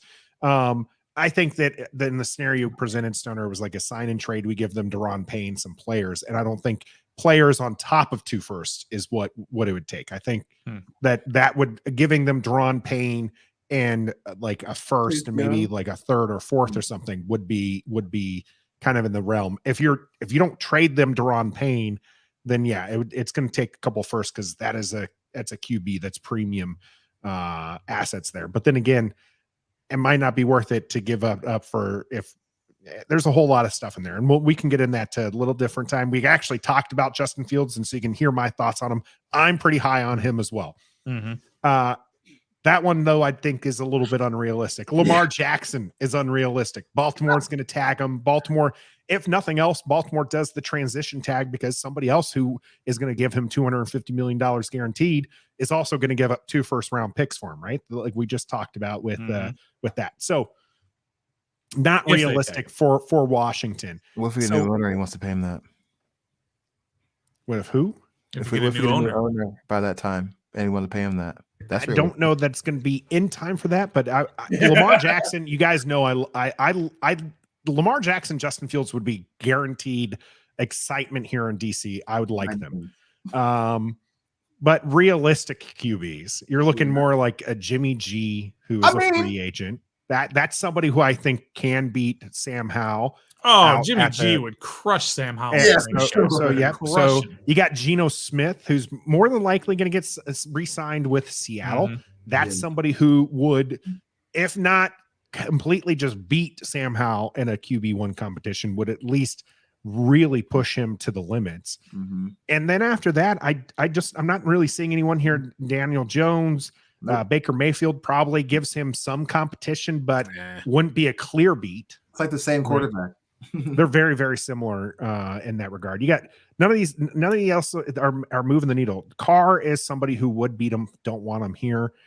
Teddy Bridgewater. No. You got Andy Dalton, Sam Darnold, Cooper Rush, Gardner Minshew. Jamie Like Hood. none of these guys are beating out Sam Howell, guaranteed.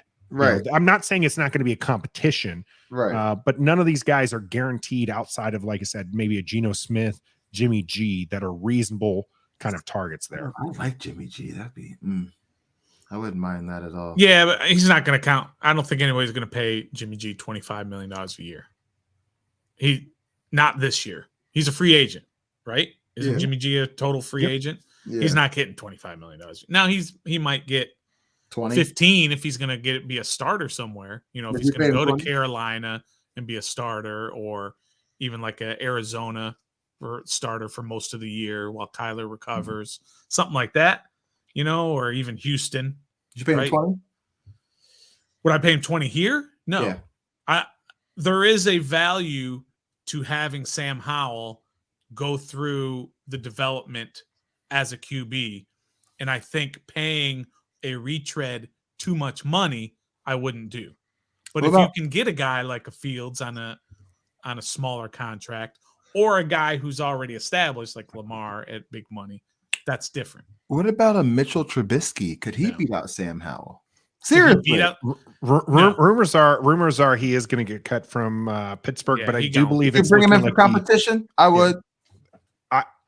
he was my option last year, but solely because he was the cheap option. I was Yeah. totally about just He's bring definitely in. cheap. I'll do it. I said bring in somebody cheap and then draft a QB. This year though, they have Sam Howell. They're going to try him. If they bring in Mitch again, it's in the Daniel Jones level of he's going to be high end competition for Sam Howell, not guaranteed to be. And you know what they say about if you have two QBs, Then you have no QB. you have no QBs. He'll beat out TH for quarterback too. We'll do that. Taylor Heineke is still kind of in the mix. That's one of the things Ron Rivera says. Around the horn, real quick. Trev, Taylor Heineke back here in Burgundy and Gold. No. Stoner?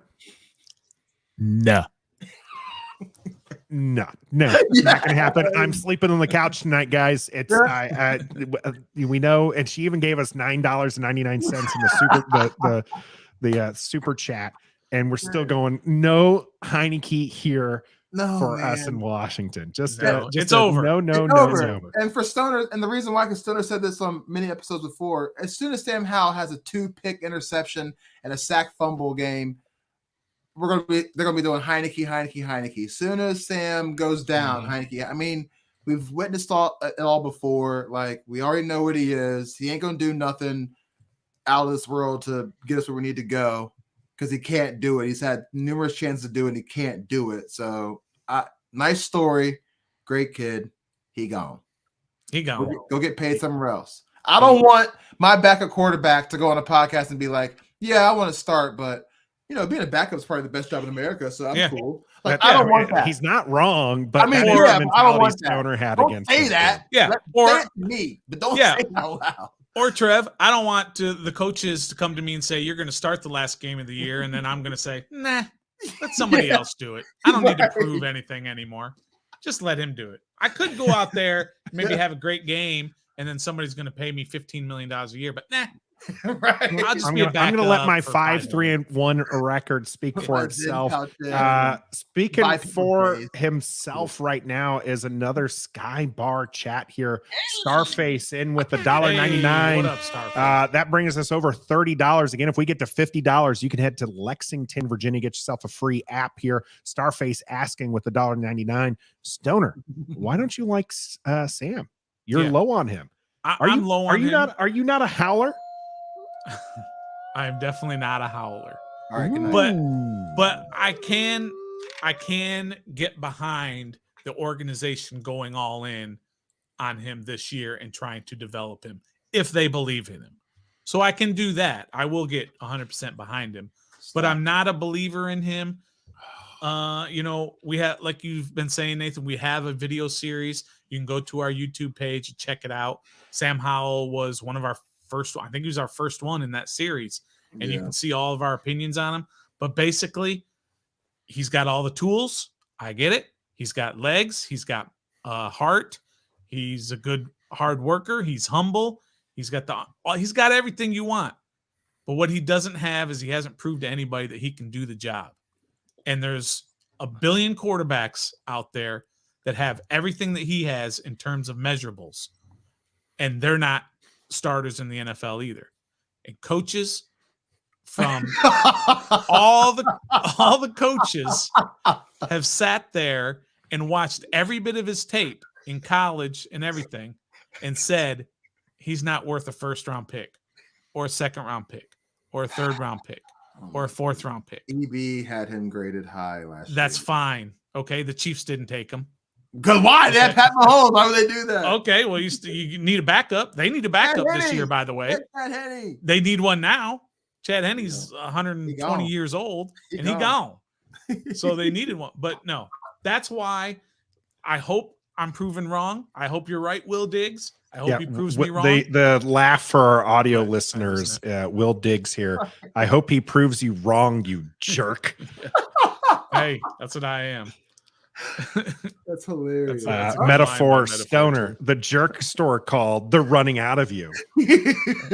I get it, but make no mistake. Don't misconstrue what I'm saying in terms of, do I want him to succeed? Of course I do. I'm not going to root for him to fail just so I can be right. Oh yeah. What good does that do me as a fan of this team? I want him to succeed. If the organization is going to go all in on Sam Howell, then I hope I can just sit in this podcast every week and people can tell me how stupid I am for saying, oh, he's just a fifth-round pick. That's fine. As long as we're winning. You'll take your lickings. I got a question. Still QB talk. I don't want to go off a tangent, but we do that anyway, so it is. Who would you go after the hardest as far as free agent quarterback, top tier, low tier, to come here and potentially be starting quarterback and have Sam back up? Like, who would you go most aggressive to? Aaron Rodgers, Derek Carr, Lamar Jackson? Who would you go to the most aggressive and to come here to Washington? So now we're going. So before it was supposed to be the reasonable, but we went unreasonable. Yeah. Now we're just like this really is our all in. You're going all in, trying to win a championship this year. Yeah, because we tried Russell Wilson, he didn't want to come here. We tried somebody else, he didn't want to come here, and so we were like, Carson Wentz, you want to come here? Okay, cool. But now this season, Aaron Rodgers, Lamar Jackson, of the top, so to speak, Justin Fields may be available, maybe not. Who would you most aggressively go after? I would probably go after Aaron Rodgers. Same.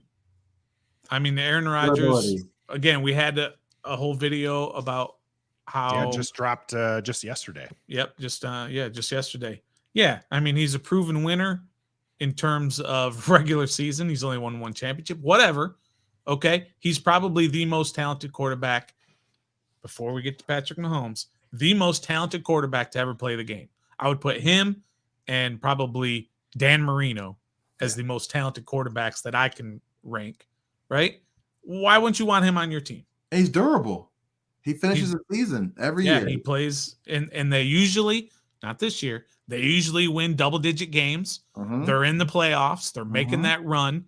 Now, he tends to not play well in the playoffs, whatever, okay? He's pretty darn good. I would take him. That's the guy I would go after. I have to agree. I have to agree. Aaron Rodgers. I mean, our teams are similar. We've beaten them the past 2 or 3 years.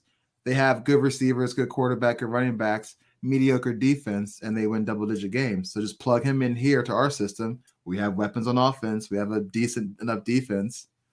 Here's a question we asked Trev on the video we put out on Tuesday. Yeah. But would you take Aaron Rodgers? He comes here and they win the Super Bowl. Washington wins the Super Bowl next year. Mm-hmm. Then he retires. Mhm. and Washington doesn't even make the playoffs for the next 19 years.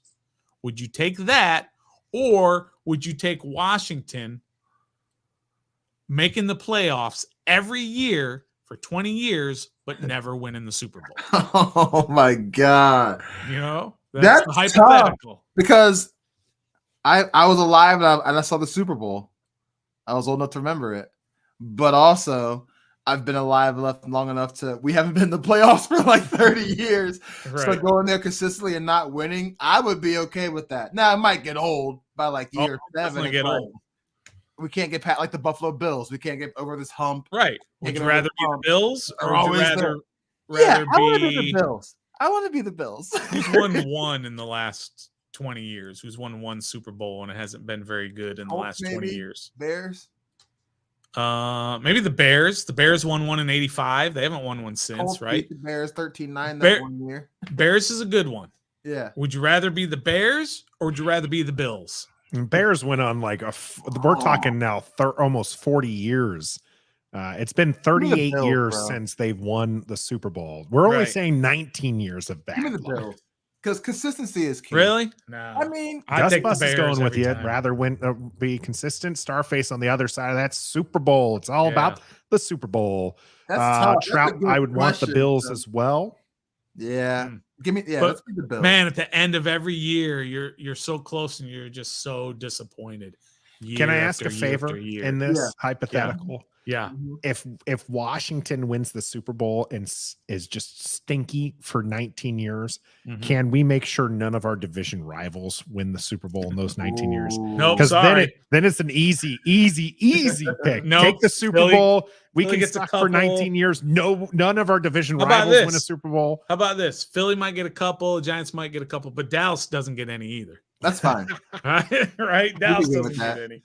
Yeah. That's tough. That's I tough. took the Super Bowl, by the way. You did? I just think that is the pinnacle. That is what you want. That's Yeah. what you're going to take. I mean, Gus Bus mentioning, look at the Nats. I mean, look at the Nats. Look how excited we were. Look at the Caps.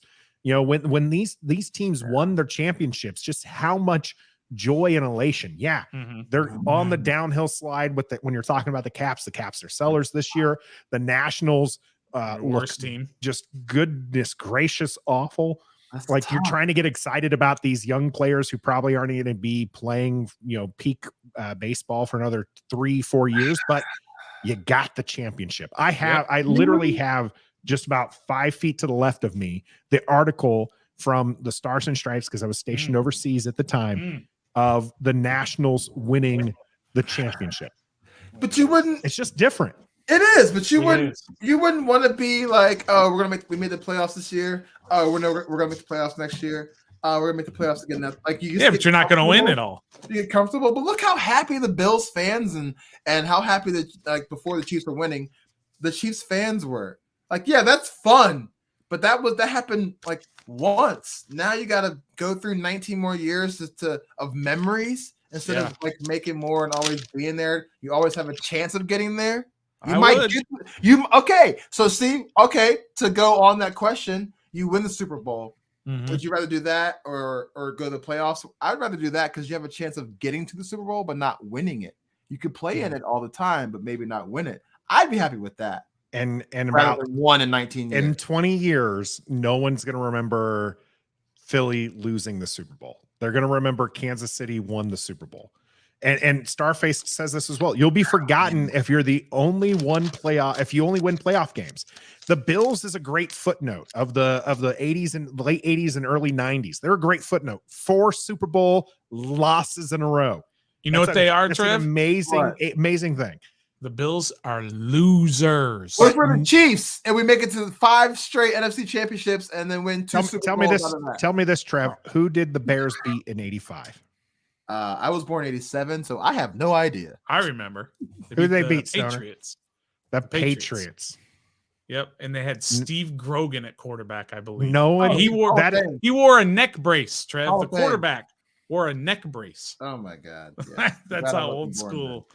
That's back then. tough. Metaphor brings in a good point, though. Dan Snyder sells. That's essentially our Super Bowl. Then we can go to the playoffs for the next 20 years. All right.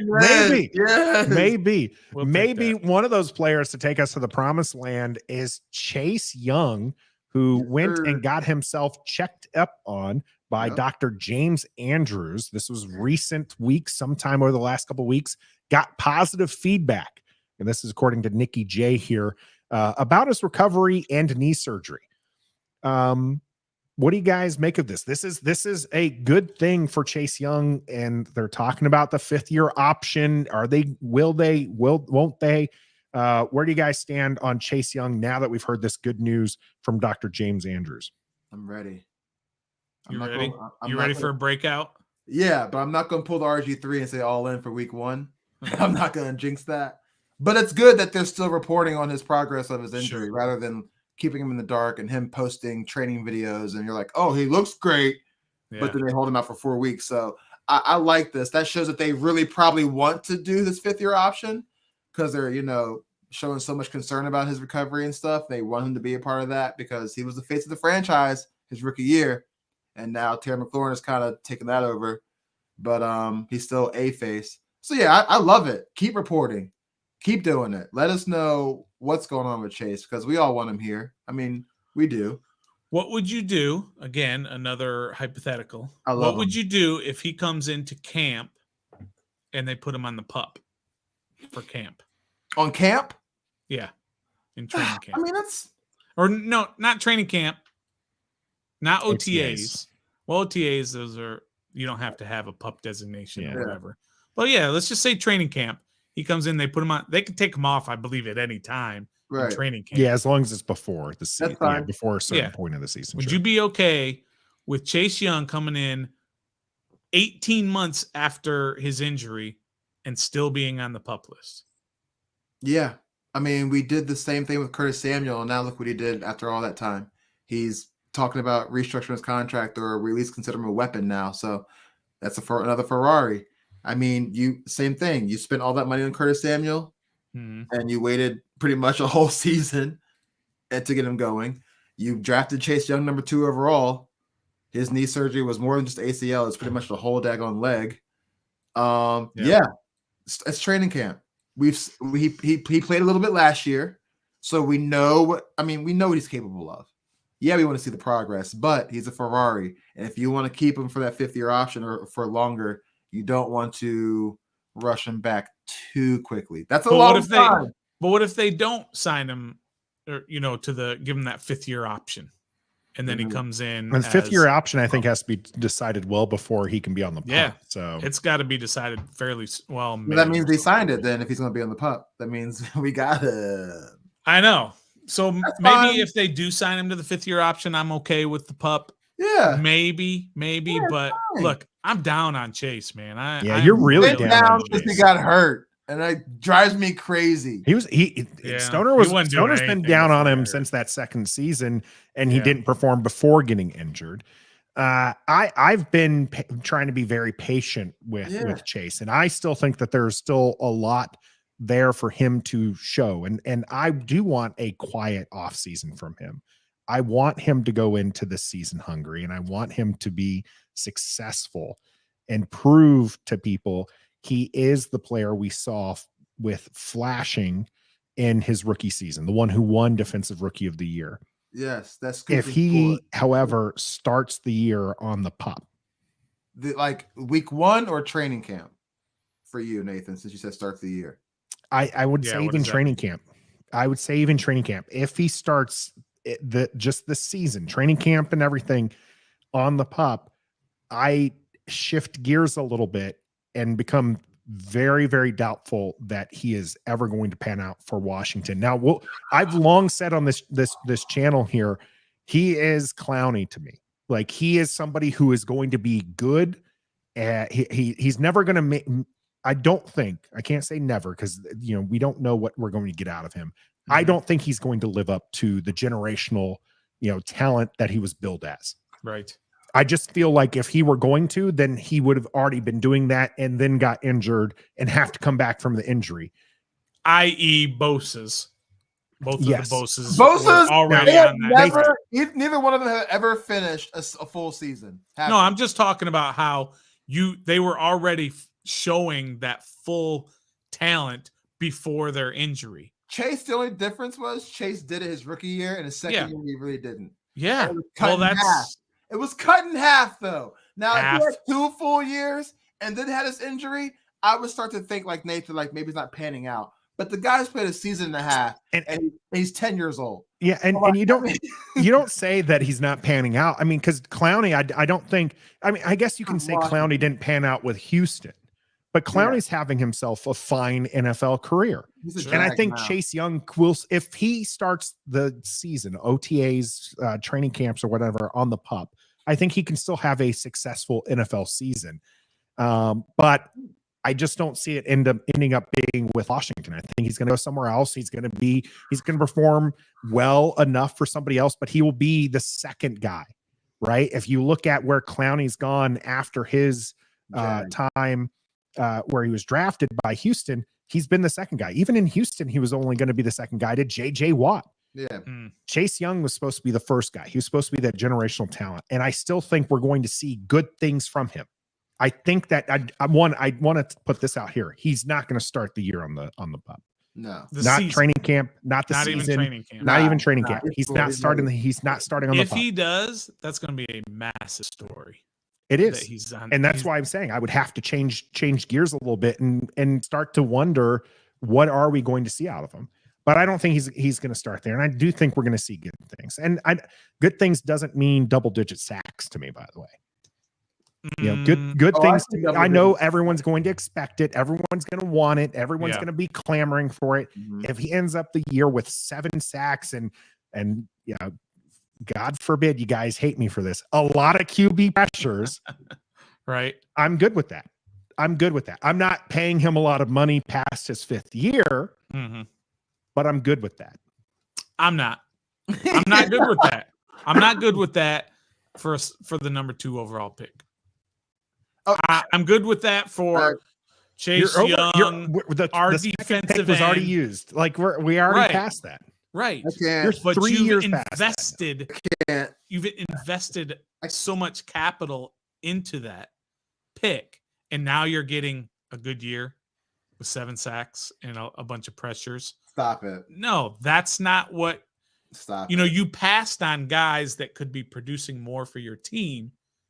But instead you took him. So you need him to produce what a 2nd overall pick is supposed to produce. I understand he's had the injury. I get it. But at some point, you have to be that guy. You have to be that 2nd overall pick. And 7 sacks and a bunch of QB pressures is not good enough. Oh, my. I just, for some reason, think it's an unfair. Why? Just because he got hurt?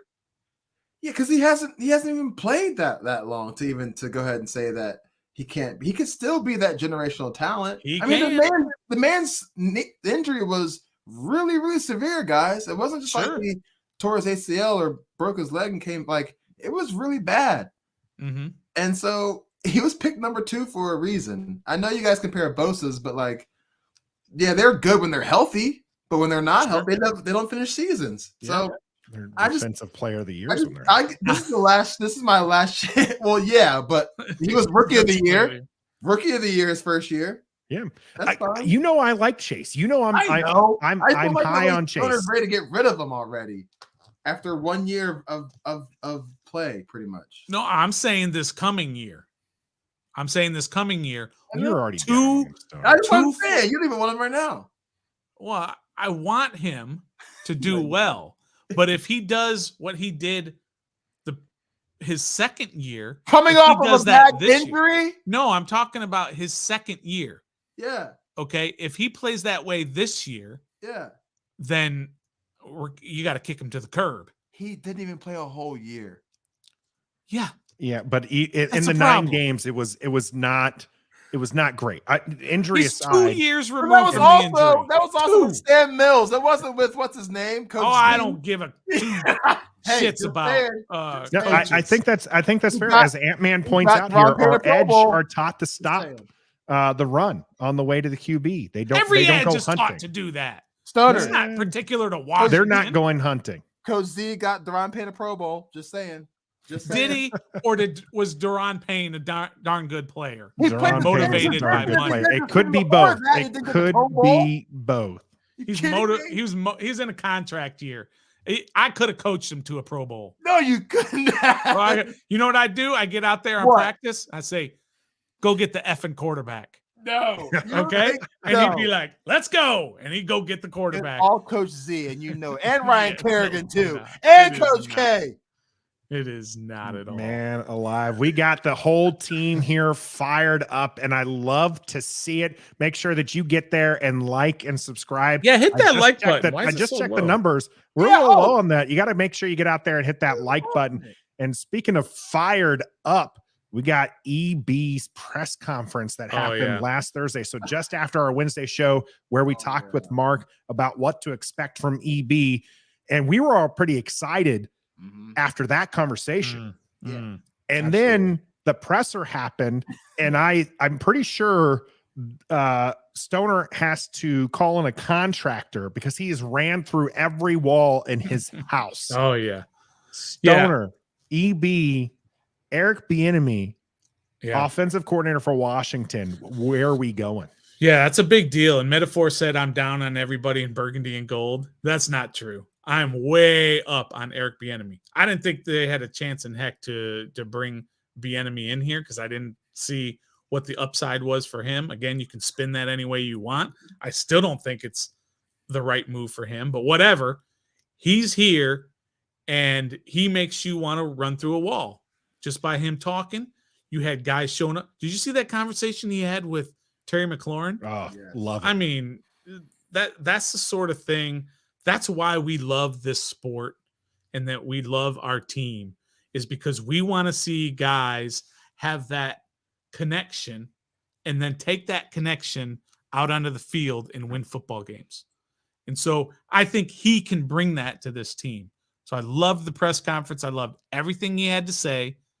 I still don't know why he came here, but I'm super glad he did.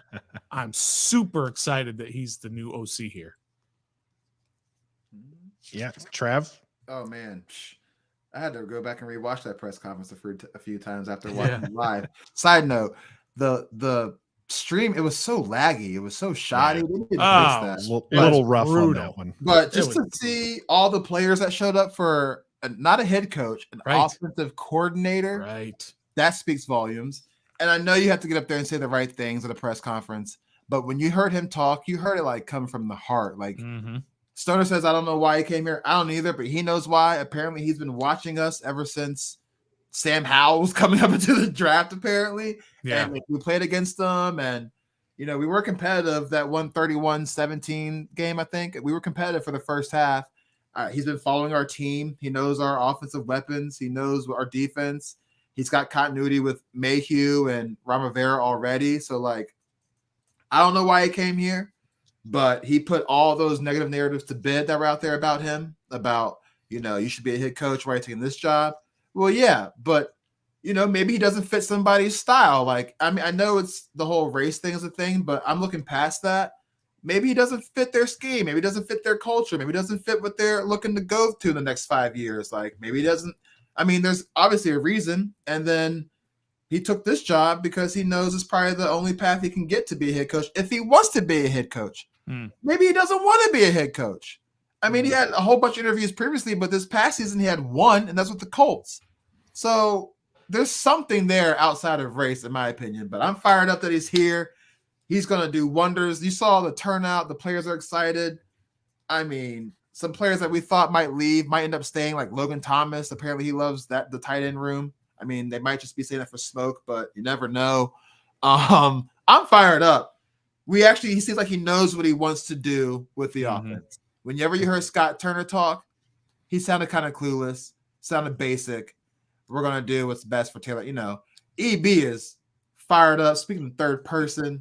Now, just to be a devil's advocate here, Trev. I knew it. I'm just playing knew devil's it. advocate. This isn't how, kind of how I'm looking at it. But, there are coaches who are complete fools in their press conference, and they turn out to be great. Yeah. And there are coaches that come into press conferences and you want to run through that wall and they turn out to be terrible. Yes. Yeah. Okay. So press conferences might not mean anything, but it gave us an inside look To him. to who he is Mhm. and what he's going to bring to this organization. He's going to bring, I think, more than anything, he's going to bring accountability Yep. to his players. And that's going to rub some people the wrong way. There are going to be those that are not going to, be conducive to that style. Mhm. And you'll probably figure that out in the first few weeks of training camp. Mhm. But that's what we like as not as casual fans, but outsiders looking in. Yeah. We like that accountability Yes.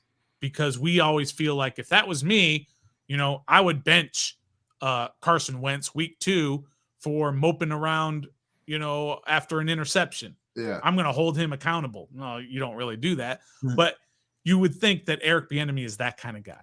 And also, he can be a player's coach too. He can be You can see that. figurehead, but you can see him relating to you even off the field too. Like if you got any issues, you can see him. He's really, like he said in the conference, he wants to know the players, Mhm. not just the X's and O's, but he wants to know them as human Yeah, beings. that's some real leadership that's Yeah. coming from there, and it's really exciting. And Stoner, you're talking about the hard coaching and that conversation he had with Terry McLaurin, where Terry was just like, "Yeah, I want that. I'm needing it." And EB was like, "Good, because you're going to get it, and I need you to make sure everybody else is ready for it too, because you're a captain, right?" He was making sure that was well known. Absolutely. And Gus Bus, I like the analogy here. EB looking at on kneecaps like Dan Campbell. That goes to what Stoner was saying. Dan Campbell was like a fired up coach, and yeah, we made fun of him for the kneecap thing, but it was something people kind of really rallied around. Dan Campbell hasn't been as successful as they want in Detroit. Meanwhile, Nick Sirianni was somebody who we all clowned and took the Eagles to the Super Bowl. Yeah. So But the conference could be misleading, but it was very exciting for Washington, especially when that opening question was, why did you pick Washington? And and I shared our little image that I real quickly had done up just like moments after that he said that. Why not Washington? Mhm. And we're going to be hearing that a lot this season, because why not us, right? And I love the slogan. Of course, I'm a big Brody guy, right? I'm a Russell Westbrook guy, and that's his thing, is why not? And so it's going to be, I think it's going to be a big slogan for us. Left hand was last year's. Why not is going to be this one every time we're out there. And one of the things I'll say about what made me realize with this one, it really made me much more of a believer in EB as our offensive coordinator. So much so, I'm doubling down. This is a 1-year rental. Stop it. It's not. It's a 1-year rental. He is going to get a head coaching job out of here. It could be Washington, but it's a 1-year rental. No, I don't think it is. I don't think it's a 1-year rental. Well, if you match this up to what I was saying before, it's going to be a 1-year rental because he's going to have Sam Howell at quarterback, and that's not a recipe for success. You don't know that. You're right. I don't know that. I'm just kind of being a naysayer there, but You know what else? I still don't think Sam Howell is going to be QB1 game 1. There's no one out there that's going to. We already went over that. But anyways, We did. Yeah, nice try, Stoner. That press conference, you know what else it did though, Stoner? What's that? It just got us a step closer to Hard Knocks, baby. Yeah, energy, you're right. energy, we're going to Yes, get Hard please. Knocks, dude. Look, see, there we go. Yeah, Yep. Kevin here. I really want Hard Knocks, but I do you too. know the NFL isn't letting that show anywhere Oh. near the Snyder exit. Yo, they make a sale. We're making Hard Knocks. I'm telling you, If they make the sale we're getting Hard plenty Knocks. before Yeah, they decide. So The they might have to message do it has to fairly come we soon. might even in do the March. in-season one like the Cardinals did. Yeah, could be an In-season in-season We could one, make sure. an in-season one if we get the sale done Yep. by kickoff. So Well, lots of excitement, hopefully coming our way. Hard Knocks or not, we stream live every Wednesday right here on YouTube, Facebook, and Twitter. We appreciate everyone jumping in the chat here. Gus Bus, Atman, Kevin, Metaphor, Brandon coming in there late. Uptown Dre in the house. Trout Authentic as well. Make sure you again head out to Authentic in the Beard channel. Great content, even if he is a Giants fan. Beard has us covered for the burgundy and gold. Great content out there. Great content coming up here on the YouTube channel. We got many more things planned for the off season. Of course, we're going to be talking combine next week, If there's a player you would like us to know, make sure you hit the comment section, especially after this video has closed out and is posted. Who do you want us to be looking at so we can be ready for the Combine talk next week? But until next time, Giants are still a fraud. be a fan.